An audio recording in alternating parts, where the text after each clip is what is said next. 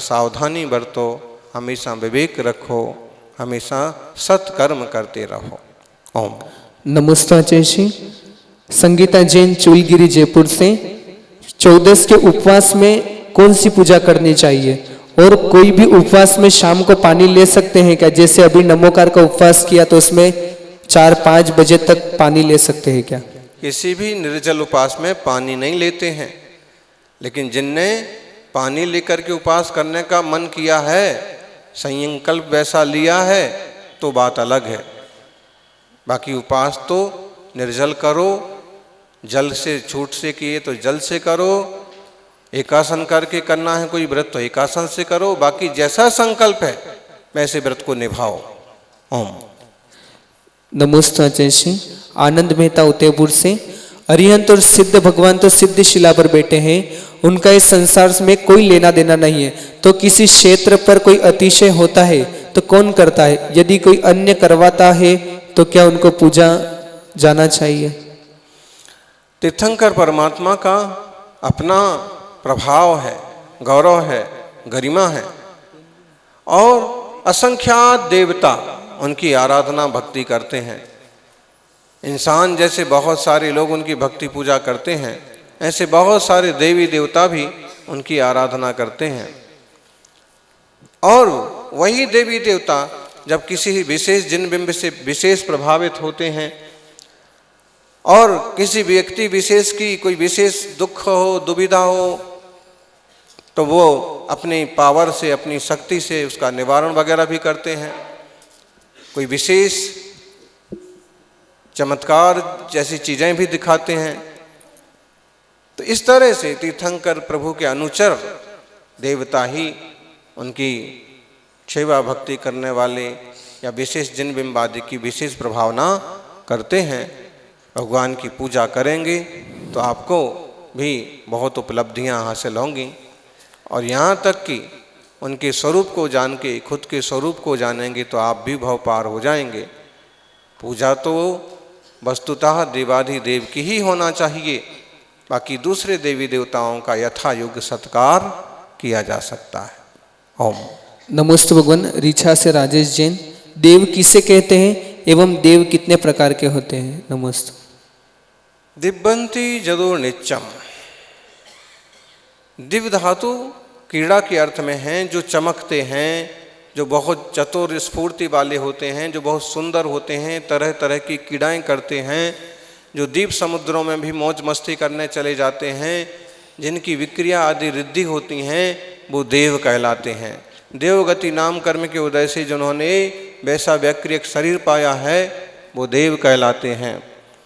और देव 4 गति में से गति वाले हैं, इसलिए वे भी संसारी ही हैं, फिर भी ताकत वाले होने वाले, रिद्धि वाले होने से लोगों में उनकी विशेष महिमा मान ली जाती है। ओम। नमस्ते आचार्य जी। माधव जैन कुशलगढ़ से, चातुर्मास में कलश स्थापना का क्या महत्व है? चातुर्मास में कलश स्थापना का महत्व तो कुछ भी नहीं है। चातुर्मास अलग चीज है और कलश स्थापना अलग चीज है। वास्तव में वर्षा योग इसका मूल नाम है, और मुनिराज जंगलों में वर्षा योग धारण कर लिया करते थे, लेकिन जब से शहरों और गांवों में रहने की मजबूरी हो गई, शारीरिक सहनशीलता कम हो गई, सर्दी गर्मी से बीमार पड़ने लगे, तो मंदिर आदि में रहने लगे। फिर मंदिर आदि के रहने के कारण से श्रावकों का विशेष जुड़ाव हुआ। फिर चतुर्मास आदि के निवेदन होने लगे। फिर अभी चतुर्मास हमारे यहाँ हो ही गया है और हमने करवाया है, अब इसका क्या प्रतीक चिन्ह है, क्या मंगल चिन्ह है?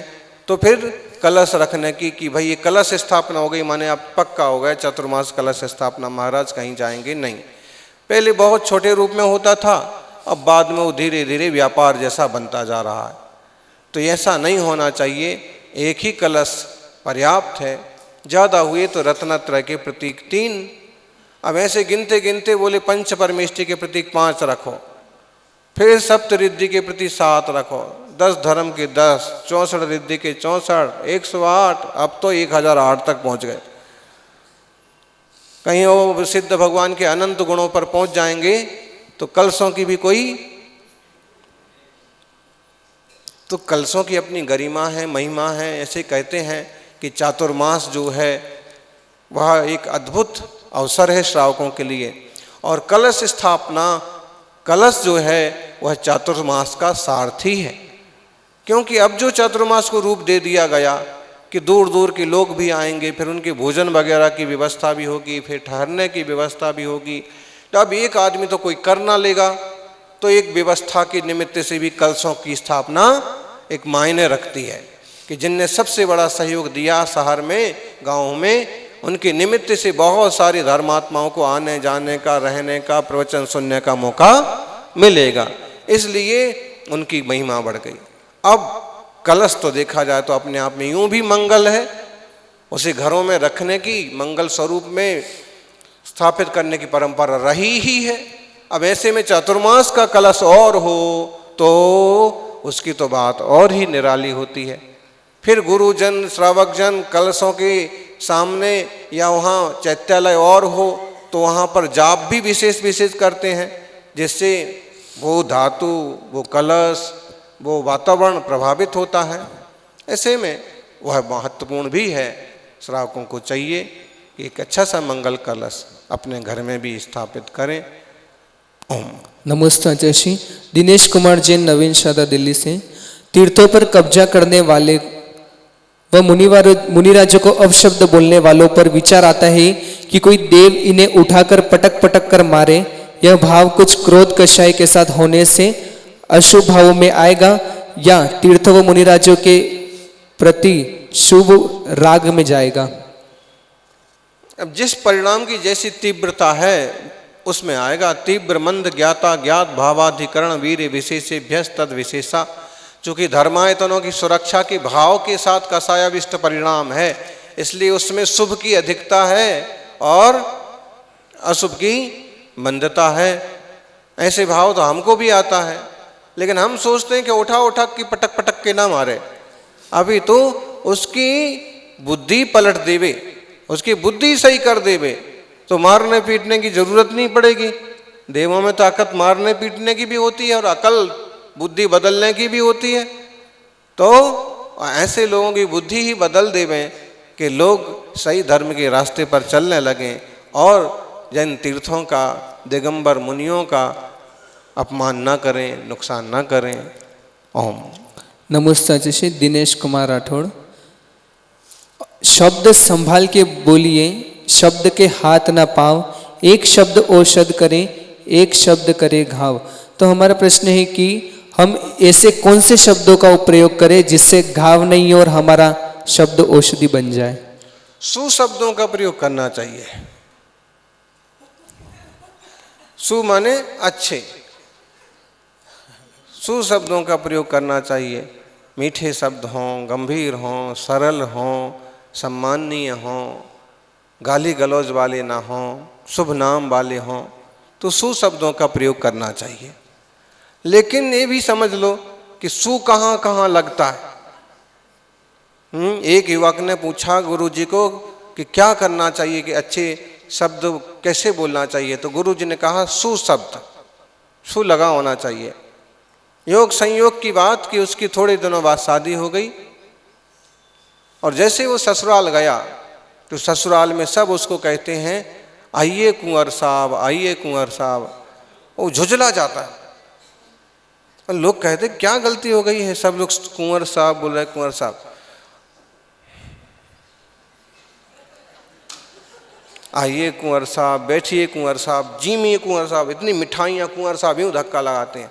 समझ में नहीं आता लोगों को। सोने की हार देते हैं, लीजिए कुंवर साहब। एक मर्सिडीज की गाड़ी की चाबी देते हैं, लीजिए कुंवर साहब, वो भी यूँ धक्का देते हैं। अब परेशान घर वालों के, उन्हें उनको पूछा उनकी अम्मा को कि क्या हुआ, जो बिल्कुल समझ ही नहीं रहा। तो भाई देखो भाई संभालो, अब उन्हीं से पूछो कि क्या बात है, क्या कमी रह रही है। तो हाथ जोड़ करके बहुत प्रेम से कहा कि देखो हमें पता नहीं कि आपकी खिदमत कैसे की जाए, तो आप बताइए कि हमसे क्या गलती हो रही कि आप हर चीज़ में। उसने कहा ये समझ में नहीं आता है, मुझे तो बचपन में सिखा दिया था कि हमेशा सुशब्द बोलना चाहिए। तुम लोग शुरू से कुंवर साहब बोले जा रहे हो। सु लगाओ,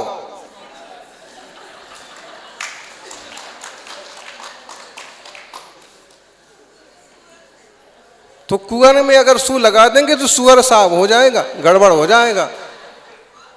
तो हर जगह शब्दों का प्रयोग करने की एक समझ होना चाहिए। ओम।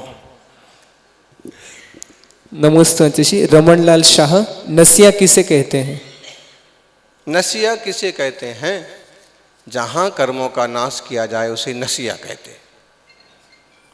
जहां किसी मुनिराज ने विकारों का नाश किया, कषाय का नाश किया, यहाँ तक कि कृष करके शरीर का भी नाश कर दिया और उत्तम समाधि साधी, और जहाँ संस्कार हुए उसे नसिया कहते हैं।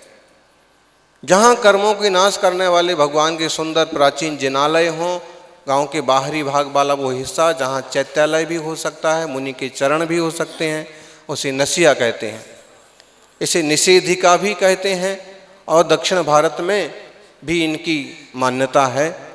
उदगांव कुंजवन में भी प्राचीन चरण चिन्ह और नसिया जैसा रूप देखने को मिलता है। राजस्थान में भी बहुत जगह हैं। ओम। नमस्ते आचार्य। दिनेश बाकलीवाल, मुंबई से।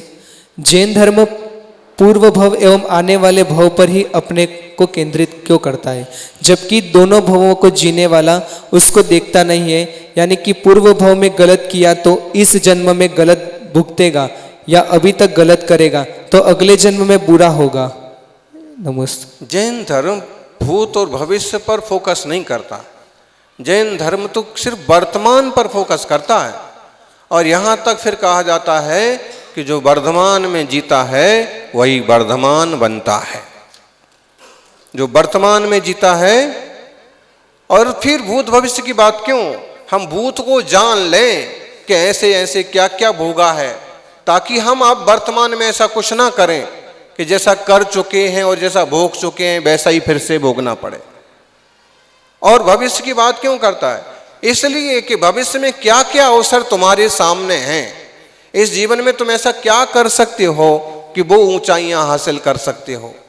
तो निश्चित रूप से हम सीख सकें, इसलिए भूतकाल की घटनाएं और चरित्र भी बताया जाता है, और हम उपलब्धियां हासिल कर सकें इसलिए हमें भविष्य भी दिखाया जाता है। वह तो सबका हित चिंतक है। ऐसे मंगलकारी जिन धर्म का सभी पालन करते रहें, वर्तमान जीवन को भी सात्विकता व्यसन मुक्ति के साथ जीते हुए आत्मकल्याण के पथ पर बढ़ें। ओम। हाँ, और किसी का प्रश्न हो तो शीघ्रता से खड़े हो जाए। बोलो अजय चौड़ीवाल, एक प्रश्न पूछो। अजय भाई को दे दो पीछे। सुमेरमल चौड़ीवाल के बेटे हैं। नमोस्तु गुरु। और सुश्रावक हैं। नमोस्तु गुरुवर। मेरा प्रश्न है, लोग झूठ क्यों बोलते हैं? लोग समझते हैं कि झूठ पाकर के वो उपलब्धियां हासिल कर लेंगे। लोग समझते हैं कि वो झूठ बोल रहे हैं और किसी को पता ही नहीं पड़ रहा है। वो समझते हैं कि बिना झूठ की दुनिया नहीं चलती है, और इसलिए वो झूठ बोलने में लगे रहते हैं। जबकि कोई भी सज्जन एक बार उनका झूठ पकड़ लेगा तो निश्चित रूप से उससे उसका मन खट्टा हो जाएगा, व्यवहारिक दूरियां बढ़ जाएंगी, व्यापारिक दूरियां बढ़ जाएंगी। लेकिन फिर भी अपनी नासमझी से लोग झूठ बोलते हैं, जबकि जैन धर्म कहता है सत्य बोलो, अच्छा बोलो, मीठा बोलो, झूठ मत बोलो। झूठ की कांट की हड्डी है, एक बार चढ़ती है दोबारा काम नहीं आती है। इसलिए लोगों को बचना चाहिए झूठ से। हम नमस्ते गुरुदेव। विश्वसेन जल्दी आगे आगे आओ, एक एक प्रश्न तो पूछो कम से कम। दादियां तो रोज पूछती रहती हैं, अभी युवा लोग हैं उपस्थित। नमस्ते गुरुदेव। मुझे हमेशा काफ़ी बार इस चीज़ के लिए चिंतित रहता हूँ। दादा परदादा जो संस्कार आगे चल रहे हैं, पिछली पीढ़ी अभी की पीढ़ी गुरुओं की सेवा, साधु संत जैन धर्म से जुड़े हैं, पहले से अभी कम होता जा रहा है, और युवा पीढ़ी और दूर होती जा रही है। इस ज़माने में जो लेटेस्ट सब टेक्नोलॉजी में गिरे हुए हैं, तो पीढ़ी और दूर होती जा रही है। ऐसे चिंता होती रहती है, आगे देखिए कैसे होगा? आपकी चिंता बिल्कुल सही है, लेकिन जैसे आपको अपने बड़ों से संस्कार मिले हैं और आज आप स्टैंड लिए हुए हैं, ऐसे निश्चित रूप से कुछ ना कुछ, सबसे दादा में 100% थे, पिता में 70% आए, आप में 60% आए, तो बेटे पोते में भी 50, 35, 40% कुछ तो संस्कार आएंगे ही आएंगे। और जिनके यहाँ कोई संस्कार नहीं है उनका तो कोई ठिकाना है ही नहीं। ऐसे में जो मॉडर्न टेक्नोलॉजी है ये प्रभावित जरूर कर रही है, लोगों को बदलने की कोशिश जरूर कर रही है, लेकिन फिर भी हमेशा कुछ ना कुछ जो जीन्स हैं वो उन लोगों के संस्कारों में बने रहेंगे और जिन धर्म चलता रहेगा। दूसरी बात, कई बार चीज़ें रिटर्न्स होती हैं। अभी आप देखो, एक ज़माने में चौड़ा पजामा जैसा पैंट पहना जाता था, वापस लोग वो चालू करने लगे। एक ज़माना था कि रात में नहीं खाते थे, वापस इंटरमिटेंट फास्टिंग के रूप में वापस आ रहा। बहुत सारी चीज़ें वापस आ रही हैं। पानी छान के, अब भाई आरओ का हो लेकिन छाना तो जा रहा। ऐसे ही अभी देखिए, कल ढेर सारे हवाई जहाज बंद पड़ गए, ढेर सारे हॉस्पिटल्स, ढेर सारी चीज़ें खतरे में आ गई। क्यों? जोर से बोलो, कौन सा सॉफ्टवेयर? माइक्रो कंपनी का विंडोज सॉफ्टवेयर जो सब खराब हो गया, सारे कंप्यूटर्स में आग लग गई। ऐसा ही कुछ होगा कि लोगों को सीखने मिलेगा कि अगर हम इन खिलौनों पर आधारित हो गए तो हमें बेमौत मरना पड़ेगा। कितने ऑपरेशन नहीं हो पाए, कितने लोगों के संपर्क नहीं हो पाए, तो इस टाइप की घटनाएं धीरे धीरे बढ़ेंगी भी, तो लोगों को थोड़ी समझ भी आएगी कि केवल पराधीन रहे आएंगे तो बेमौत मारे जाएंगे। इसलिए शायद संस्कार रिटर्न्स भी होंगे, कम बैक। ओम। नई जनरेशन को मतलब मैं काफ़ी जहाँ भी जाता हूँ इंटरेस्ट कम ही रह रहा गुरुदेव। बुलाते आप चलिए, दर्शन करो, दर्शन से भी दूर हो रहे हैं, मंदिर से भी दूर हो रहे हैं गुरुदेव। एक आधुनिकता तो कारण उसमें है, लेकिन एक बात ये भी है कि भी ये भी सोचते हैं पिताजी तो कर रहे, काका जी तो कर रहे, अब जब अपना नाम मारेगा तभी देखेंगे, अभी तो अपन मस्ती करो, थोड़ा सा ये भी रहता है। ओम। नमस्ते। नमस्ते गुरुदेव। गुरुदेव, कल अष्टानिका महापर्व के 6वें दिवस झारखंड के मुख्यमंत्री हेमंत सोरेन की उपस्थिति में हमारे शाश्वत तीर्थराज की पावन धरा पर पशु बलि दी गई, तीर्थराज के अपने एरिया के अंदर ही। देखो, और वहाँ की आदिवासी समाज को 2 बीघा जमीन भी सरकार ने अलॉट की है अंदर मंदिर बनाने के लिए। तो कलयुग है, हुंडाओ सृपिणी काल है, और इस तो ये बात तो पक्का मान के चलो कि जिनकी संख्या में बल है वो ही जिएंगे और वो ही प्रभावशाली होंगे, चाहे वो पगले अगले कोई क्यों के ना हो। अब हम यहाँ अष्टानिका में जीव दया का पर्व मना रहे हैं और वहाँ वो पशु बलि, पक्षी की बलि कर रहे हैं, अनैतिक रूप से, अवैध रूप से पहाड़ पर कब्जा करने की कोशिश कर रहे हैं। इसके एक कुछ कारण तो हमारे खुद के भीतर की भी फूट है, श्वेतांबर दिगंबर के हो गए, और फिर दुनियादारी के ऐसे झमेले तैयार कर लिए हैं पंथवाद संतवाद के कि एकजुटता नहीं रही, और एकजुटता न रहेगी तो बुरी बुरी दशा होने वाली है। इसलिए समाज को चेतना चाहिए ताकि तीर्थों का भी संरक्षण हो और अनैतिक और अवैध तरीके से तीर्थों का, समाज का नुकसान ना हो। ओम। नमस्कार। आचार्य नमोस्तु नमोस्तु नमोस्तु। आचार्य नमोस्तु। आचार्य अभी जैसे इन्होंने बताया कि हेमंत सोरेन जी की वहाँ पे कल बलि दे रहे, जो भी कर रहे हैं, तो आचार्य वो अभी 4, 5, 6 महीने से तो ऑलरेडी जेल में ही थे, तो शायद अभी निकले रहेंगे, तो अभी जेल में होने के बाद भी वो वैसा चीज कर रहे तो। अरे भाई, जेल में से निकल गए, ये चोर चोर मोसेरे भाई, सारे नेता जो होते हैं इसी टाइप के होते हैं। वो जेल से कब से निकल गया, थोड़ा तुम जो है अपडेट रहा करो। हाँ, जेल से निकल गया और उसने अपने काका को जो दिया था ना मुख्यमंत्री का पद, वापस खुद ले लिया और खुद राज कर रहा है। और उसका बाप भी वैसे ही है, उसके काका भी वैसे ही है, वो पूरा माओवादी टाइप के लोग हैं, फिर भी दुनिया है, चल रहा है। ओम। आचार्य नमोस्तु नमोस्तु। आचार्य मेरा प्रश्न ये था कि अपने जैन समाज में जितने भी, इतनी भी जमीन से, जितने भी समाज में अपने जितने भी श्रावक, शिखर जी तरफ जब बिहार हुआ था तो इसी टाइप के एरिया में रुकना हुआ, तो आधी रात में हल्ला बोल हो गया। अब रास्ते चलते मैसेज तो मिलते ही थे गांव वालों से कि यहाँ तो परिवारों का कत्ल कर दिया जाता है। इस टाइप के गैंग्स थे, रणजीत गैंग, माओवादी ग्रुप, ये वो। तो आधी रात को संघ भी एक खेत में विश्राम कर रहा था। गुरुदेव तो रात भर जागते थे, स्वाध्याय ध्यान करते थे। तो घटना कुछ नहीं घटी, लेकिन 200 मीटर पर जोर जोर से खूब धमाकेबाजी हुई। बाद में मालूम पड़ा कि बड़ी दुर्घटना घटी वहाँ पर। ओम। आचार्य जी नमोस्तु नमोस्तु। हम एक नवी युवा कमेटी बना रहे हैं, जिसमें आचार्य जी जितने भी अपने मीन्स जो श्रावक है, जितने भी बटे हुए श्रावक है, कोई जो पंथों में बटे, जैसे दिगंबर श्वेतांबर है, सब जितने भी हो सके हम पूरा सब एक कर रहे हैं। बिकॉज ऐसा नहीं है कि वो श्वेतांबर हमको साथ नहीं देते, क्योंकि जितने भी हाँ। देखिए, एक करने का अब एक ही तरीका है, या तो ये पिटेंगे तो एक होंगे। जब ऐसे सब तरफ से मार खाएंगे ना, तो फिर सुरक्षा के लिए एक दूसरे से जुड़ेंगे। और पिट करके एक होने का कोई औचित्य नहीं निकलेगा। तब तक लुट जाएंगे, पिट जाएंगे, फिर एक होने से बचेगा कुछ नहीं। अब तो ऐसे कुछ प्रार्थना करो कि जैसे कोरोना को मिटाने की कोई दवा आ गई थी ना, ऐसे ही कोई वैक्सीन आ जाए कि लगा दी जाए और सबका दिमाग एक जैसा हो जाए। ओम।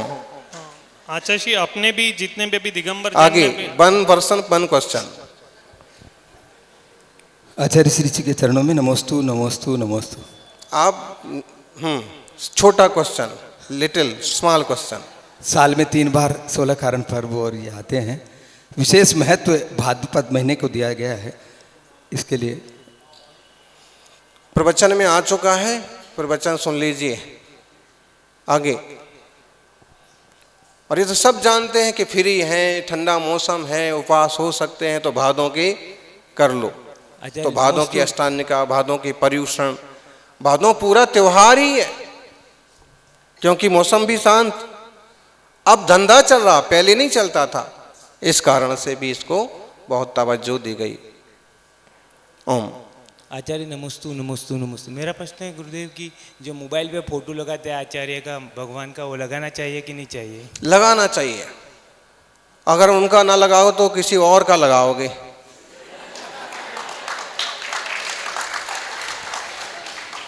बस अपमान ना हो, ये सावधानी बरतो।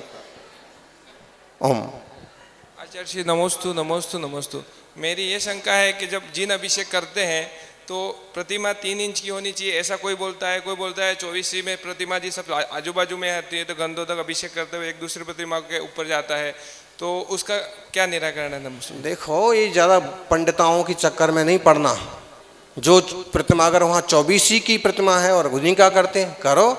छोटी हैं बड़ी हैं, करो। हैं, कोशिश ये करो कि आसाधना ना हो, आपस में वो टकराएं नहीं, एक दूसरे का घर्षण ना हो। बाकी तो एक थाली में भी 10 भगवान 5 भगवान विराजेंगे, तो पानी गंधोदक तो एक दूसरे को छू ही जाएगा, उसमें क्या हो गया है? वो अछूत थोड़ी है। ये अछूते लोग जो है, ये भगवानों में भी अछूत पैदा करते हैं। ओम। नमोस्तु महाराज जी। बहुत साल पहले, 15 साल या 20 साल पहले महाराज जी के प्रवचन में, या छोटा प्रश्न, छोटा ही है, किसी जगह पढ़ा था कि जैन धर्म जब छठा काल या जब भी अंत आएगा तब तक चलने वाला है, अनादि निधन है जैन धर्म। तो पर लास्ट में बचेगा तो जैन धर्म ही बचेगा। वह अभी इतनी संख्या कम हो रही है अपनी जैनों की, तो अंत तक कैसे चलेगा ये? नमोस्तु। आप जैसे चिंता करने वाले कोई ना कोई लोग होते रहेंगे और किसी ना किसी तरह से चलता रहेगा। जय बोलिए 24 तीर्थंकर भगवान की।